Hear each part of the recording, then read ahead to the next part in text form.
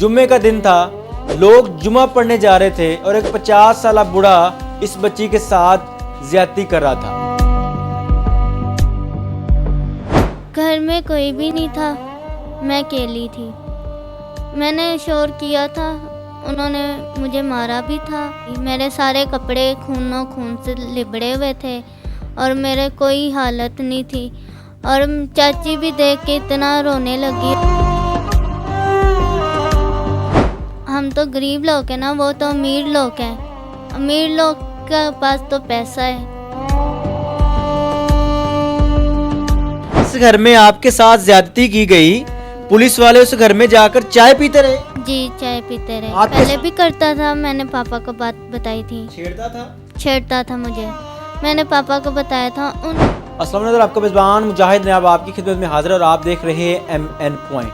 नाज़रीन, हमेशा गरीब की इज्जत लुटती है, हमेशा गरीब ही दर बदर की ठोकरें खाता है। मेरे साथ जिस बच्ची को देख रहे हैं, जुम्मे का दिन था, लोग जुमा पढ़ने जा रहे थे और एक 50 साल बूढ़ा इस बच्ची के साथ ज्यादती कर रहा था, बदकारी कर रहा था। और वो कोई और नहीं था, जिस कोठी में ये बच्ची काम करती थी उस कोठी का मालिक था। यानी कि जुम्मे के दिन कोठी का मालिक, लोग जुमा पढ़ने जा रहे थे और वो बदबख्त इस बच्ची के साथ ज्यादती कर रहा था, इस बच्ची के साथ बदकारी कर रहा था, इस बच्ची पर जुल्म कर रहा था। इस सारी कहानी के अंदर ये वो हिस्सा है जो कि उस जालिम ने जुल्म किया। अब दूसरी जानब जाइए, जब ये थाने जाते हैं तो पंजाब पुलिस के SHO, थाना सत्तू कतला का SHO इनके साथ उस घर में रेड करने जाता है। लेकिन बदबख्ती के साथ शख्स वहाँ पर जाता है, चाय पीता है और वहाँ से वापस आ जाता है। ये सारी कहानी क्या है?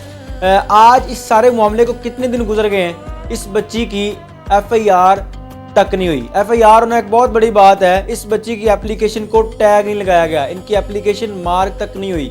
वजह क्या है जी? वो शख्स अमीर है, पैसे वाला है, जिसने इस बच्ची की इज्जत लूटी। बात करके जानते हैं कि सारी कहानी क्या, शख्स कौन था, वहाँ पे ये बच्ची क्या करने गई और उस शख्स ने इस बच्ची के ऊपर जुल्म कैसे किया। अस्सलाम वालेकुम बहन, क्या नाम है आपका? जीनत। कितनी उम्र? 18 साल। जिस घर में आप काम करती थी, ये बंदा कौन है, यहाँ पर कब से आप काम कर रही थी और ये आपके घर से कितना दूर घर था जहाँ पे आप काम करने जाती थी? मलेशिया टाउन, मतलब हाँ, यहाँ से कितना दूर है ये घंटा लग। जहाँ पे आपका घर है यहाँ से 1 घंटे का रास्ता है? 1 घंटे का रास्ता है। क्या मामला बना जिस दिन आपके साथ ज्यादती की गई? क्या वजह बनी? आपने ऑफ कैमरा बताया कि ये शख्स जो कि इस कोठी का मालिक है, ये पहले भी आपके साथ कोई गलत हरकत करता था, आपको टच करता था, छेड़ता था, ये क्या मामला था? पहले भी करता था, मैंने पापा को बात बताई थी। छेड़ता था मुझे, मैंने पापा को बताया था। उन्होंने कहा तुम काम के मारे तुम ऐसे बहाने बना रही हो, और मेरी बात नहीं पापा ने सुनी। उन्होंने कहा चलो मैं पूछता हूँ। उन्होंने नहीं पूछा। फिर जब उन्होंने मेरे साथ ये गलत काम किए और कितने अरसे बाद, जब पहले छेड़ा उसके कितने अरसे बाद ये सारा गंदा फेल किया आपके साथ? ये मैं ना साल मुझे हो गया था, जब मेरे पैसे ख़त्म हो गए थे, मैं घर वापस आ गई थी। उसके बाद मेरे भाई का एक्सीडेंट हुआ था, और एक्सीडेंट हुआ था, वो भाई मेरा हॉस्पिटल था। उन्होंने कहा कि हॉस्पिटल के खर्चे बहुत हैं और भाई को भी संभालना है, उनकी दवाइयाँ भी लेनी है, टीके वगैरह लेने हैं। उसकी वजह से फिर मेरे पापा मुझे छोड़ के आ गए थे। भाई का एक्सीडेंट हुआ, उसकी कफालत के लिए कुछ पैसे लेके आपको उस कोठी में रखवा दिया, और उसी मजबूरी का फ़ायदा उठाते हुए उस कोठी के मालिक ने ये सारा गंद किया आपके साथ। हाँ जी। कितनी उम्र है उस बंदे की? पापा को पता, मुझे नहीं पता। 40-50 साल का है वो बंदा? इतना ही होगा, इतना ही लगा ले। जिस दिन आपके साथ ज्यादती की गई उस दिन क्या दिन था? जुम्मे का टाइम था। टाइम भी जुम्मे का था और जुम्मे का ही दिन था जी। यानी कि लोग जुमा पढ़ने जा रहे थे, ये बदबख्त आपके साथ बदकारी कर रहा था। जी। घर में कोई भी नहीं था, मैं अकेली थी। मैंने शोर किया था, उन्होंने मुझे मारा भी था, और उन्होंने कहा भी करता रहा? जी, मारता भी रहा, तशद्दुद भी करता रहा? हाँ जी, मारता भी रहा। और उन्होंने कहा कि तुम किसी को बताया तो मैं आपको जान से मार दूंगा, और धमकी भी दे रहा था। मैं इसलिए डर गई थी, डर के मैं भागी हूँ। जुमे वाले दिन शख्स ने आपको अपने घर में अकेला पाया? जी और आपके साथ ज्यादती कर डाली। जैसे वहाँ से फिर आप निकली कैसे, घर कैसे आई, और जब घर आई तो आपकी क्या हालत थी, वहाँ से कैसे निकली आप पहले ये बताएं। मैं कचरा फेंकने के बहाने आई थी। मैंने कहा मैं कचरा वो अब कमरे में चला गया था, कोई बहाने से मैं आई और मैं अपने घर चली गई। घर से, उस घर से कचरा फेंकने के लिए वहाँ से निकली और अपने घर आ गई। हाँ जी, मैं अपने घर आ गई हूँ। जब आप घर आई तो आपकी क्या हालत थी। बहुत बुरी हालत थी, मेरे सारे कपड़े खूनों खून से लिबड़े हुए थे और मेरे कोई हालत नहीं थी। और चाची भी देख के इतना रोने लगी और देख के उन्होंने फिर मेरे पापा को फ़ोन किया। उन्होंने कहा इससे ये उससे गुस्सा करने लगी कि इसके साथ ये हुआ है, ये मतलब उन्होंने ज़्यादती की है। अपने घर की कफालत करने के लिए जीनत किसी कोठी पे काम पे जाती है। जुमे वाले दिन इसको ज्यादती का निशाना बनाया जाता है।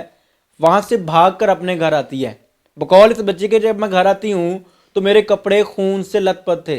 वो शख्स इस बच्ची पर तशद्दुद भी करता रहा, इसके साथ ज्यादती भी करता रहा।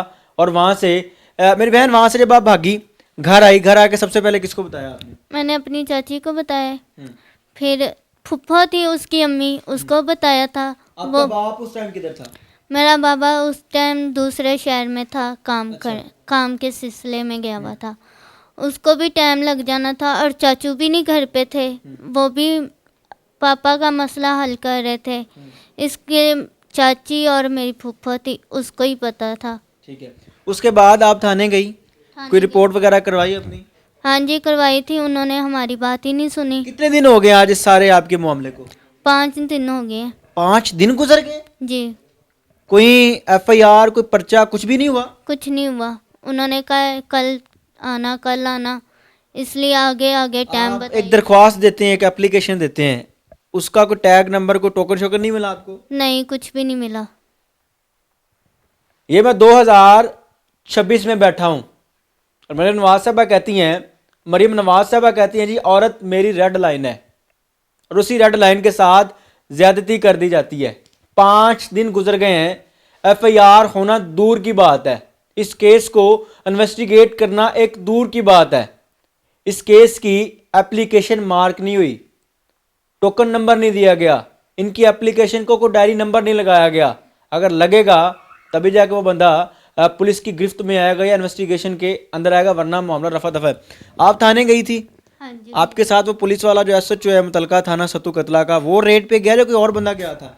नहीं, उन्होंने कोई और भेजा था बंदा। थानेदार भेजा था। हाँ जी। अच्छा, और वो गए थे, उन्होंने चाय पिया, ऊपर चाय पी के पता नहीं उनको पैसे दिए क्या किया, उन्होंने हमारी बात नहीं सुनी। जिस घर में आपके साथ ज्यादती की गई, पुलिस वाले उस घर में जाकर चाय पीते रहे। जी, चाय पीते रहे। आपके सामने। हम भी साथ गए थे, हमें उन्होंने नीचे बिठा दिया था गाड़ी में और खुद ऊपर गए थे। मुल्जिम नहीं पकड़ा आपका, पुलिस वाले वहां से चाय पीकर वापस आ गए। जी, वापस आ गए। आज 5 दिन गुजर गए। जी, कोई आपको कॉल आई पुलिस की जानिब से, किसी ने कहा जी बेटी आप आ जाएं, आपकी FIR हो गई है, किसी ने कोई दाद रसी की है। नहीं, किसी ने भी नहीं की। यहाँ से जहाँ पर अभी हम बैठे हैं, यहाँ से ये थाना सत्तू कतला कितनी दूर है। घंटे से ज़्यादा ही है। 1 घंटे से ज्यादा लग जाता है। जी। और 5 दिन हो गए हैं, धक्के खा रहे हैं, हाँ जी, कोई दाद रसी नहीं हुई। नहीं हुई। क्या कहना चाहेंगी मरीम नवाज साहबा को और IG पंजाब डॉक्टर उस्मान अनवर साहब को कि आपके साथ ज्यादती होगी, क्या अपील करना चाहेंगे उनसे। हम क्या बताएं, हमें हमारी उन्होंने नहीं सुनी जहाँ हम गए हैं, और मरीम नवाज ने क्या सुननी हमारी बात। हम क्या कर सकते हैं, हम तो गरीब लोग हैं ना। गरीब की इज्जत नहीं होती। गरीब की इज्जत कहाँ होती है। गरीब की इज्जत होती है, वो आज हमारे साथ खड़े होते। जिस तरह आपके साथ कोठी मालिक ने ज्यादती की है, अगर इसकी जगह कोई गरीब होता, उसके साथ अभी तक पुलिस क्या करती। उन्होंने तो गरीब को टांग देना था ऊपर। हम तो गरीब लोग हैं ना, वो तो अमीर लोग हैं। अमीर लोग के पास तो पैसा है, पैसा देते हैं तो वो किसी की भी इज्जत लूट सकते हैं, किसी की भी लूट सकते हैं। लेकिन पैसा और दौलत ये सब दुनिया का खेल है और ये पाकिस्तान के अंदर वतीरा बन चुका है कि गरीब की इज्जत को इज्जत नहीं समझा जाता। और अगर अमीर का कुत्ता भी गुम हो जाए तो मेरे ख्याल से चंद घंटों में ढूंढ लिया जाता है। इस बच्ची के साथ कोठी के अंदर ज्यादती होती है और आज 5 दिन गुजर गए हैं। SHO थाना सत्तू कतला उनकी इतनी जुर्रत नहीं हुई कि इनकी एप्लीकेशन, इनकी दरख्वास्त को टैग लगा सकें ताकि इस बच्ची की जो केस है, इस बच्ची का जो केस है उसको अंडर इन्वेस्टिगेशन लाया जा सके और उसके ऊपर काम किया जा सके। कोई FIR होना बड़ी दूर की बात है, एप्लीकेशन को टैग तक नहीं लगा। और ये चीज़ें बड़ी सवाल निशान है SHO साहब आपके ऊपर, आपकी कारकर्दगी के ऊपर, और DIG फैसल कामरान साहब आपकी इस प्यारी प्यारी पंजाब पुलिस के ऊपर। अपनी कीमती राय का इजहार कीजिएगा। देखते रहे एमएन पॉइंट। अल्लाह निगहबान।